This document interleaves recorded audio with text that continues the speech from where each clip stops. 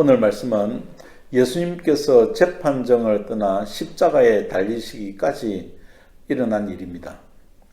내용을 정리해 보면 빌라도에게 재판을 받으실 때에 예수님께서 채찍을 맞으셨습니다. 얼마나 맞으셨는지는 기록이 없지만 십자가의 고통만큼 때린다고 합니다. 그런 상태로 십자가를 지시고 골고다 언덕으로 끌려가셨습니다. 예수님께서 십자가의 무게를 감당하지 못하시자 로마 군병은 근처에 있었던 구레네 시몬이라는 사람에게 억지로 십자가를 지게 합니다. 가실 때 가슴을 치며 우는 여인들에게 오히려 앞으로 일어날 일을 예언하시며 더 걱정하셨습니다. 그리고 골고다에 도착하셔서 십자가에 달리우십니다. 그런 후에 로마 군병은 예수님의 옷을 제비 뽑습니다.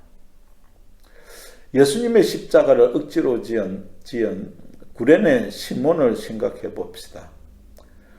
마태복음과 마가복음은 억지로 십자가를 지게 했다고 표현합니다.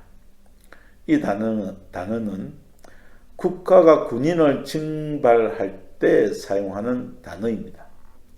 거부할 수 없지요. 구레네 시몬은 마지못해 십자가를 지게 되었습니다. 당시에는 시몬은 얼마나 마음이 언짢았을까요? 그렇지만 불과 몇 달 뒤에는 예수님께서 하나님이신 것을 알게 되었을 것입니다. 마가복음은 구레네 시몬이 알렉산더와 루포의 아버지라고 소개합니다.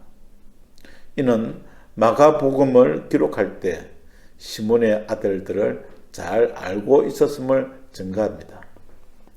또 시몬의 가정은 초대교회에서 큰 역할을 하였던 것을 알 수 있습니다.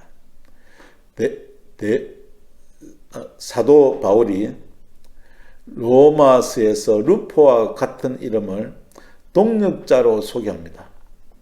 로마서 16장 13절 주 안에서 택하심을 입은 루포와 그의 어머니에게 문안하라. 그의 어머니는 곧 내 어머니라. 같은 이름인지는 정확히 알 수 없습니다. 그러나 예수님의 십자가를 지었던 구레네 시몬은 초대교회에서 큰 역할을 할 수밖에 없었을 것입니다. 왜냐하면 예수님의 십자가를 대신 짊어진 유일한 사람이기 때문입니다. 구레네 시몬을 보면서 억지로의 축복이 얼마나 큰가를 깨닫습니다. 누군가에 의해 마지못해 신앙생활을 해야 할 때가 있습니다. 그때는 참으로 싫습니다.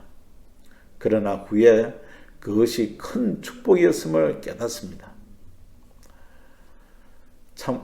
참으로 자발적으로 신앙생활을 하면 얼마나 좋겠습니까?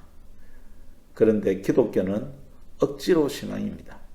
왜냐하면 우리의 구원은 전적인 하나님의 은혜이며 우리가 찾아가는 것이 아니라 하나님께서 직접 우리를 찾아오시기 때문입니다.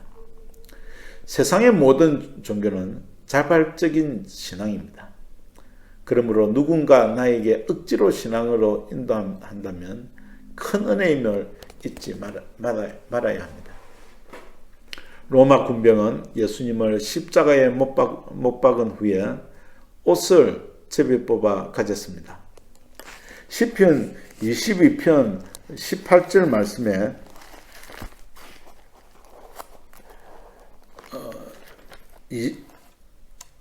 시편 22편 18절 말씀을 성취한 것이죠. 내 곁옷을 나누며 속옷을 제비 뽑나이다. 시편 22편은 십자가에 달리신 예수님께서 직접 고통을 말씀하신 내용입니다. 요한복음은 이를 상세하게 기록하므로 조금도 틀림없이 성취되었음을 증거합니다. 자신이 못 박은 분이 누구인지도 채 모르고 제비 뽑는 로마 군병들의 모습에서 오늘날 세상 사람들이 교회를 옆에 두고 살아가는 모습입니다. 골고다를 향해서 가시는 예수님의 마음을 묵상하는 하루가 되어야겠습니다.